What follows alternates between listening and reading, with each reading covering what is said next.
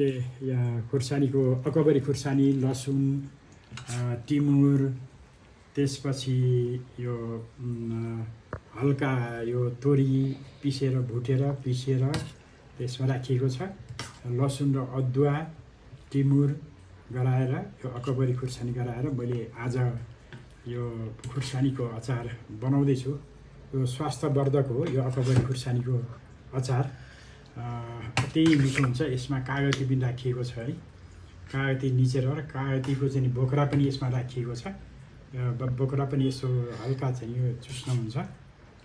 यसमा मरमसलाहरू सबै चिज राखिएको छ। मसलाहरूमा चाहिँ सब्जी मसलादेखि लिएर मिट मसला, त्यसपछि अर्को यो धनिया पाउडर, जिरा पाउडर, करी पाउडर सबै राखेर यो बनाइएको हो। अति राम्रो छ। यो गेस्ट्रिकलाई पनि यो औषधि हुन्छ। लानुहोस् यसरी यसमा हामीले राखिएको छ। थोरै खानुपर्छ, धेरै खाने होइन। यो भात पनि मिठो हुन्छ, धेरै खाइन्छ भात पनि। अति मिठो हुन्छ। हजुरहरूले पनि यसलाई यस्तै गरेर बनाएर खानु होला।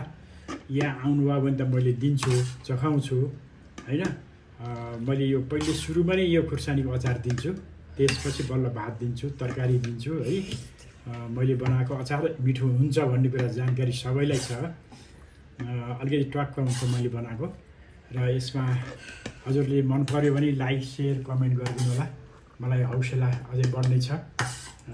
सब्सक्राइब पनि गरिदिनु होला भन्दै मैले आजको यो लसुनको अचार, यो अकबरी खुर्सानीको अचार बनाउँदैछु। र आजलाई मैले यो भिडियोलाई अन्त गर्छु। फेरि अर्को भिडियोमा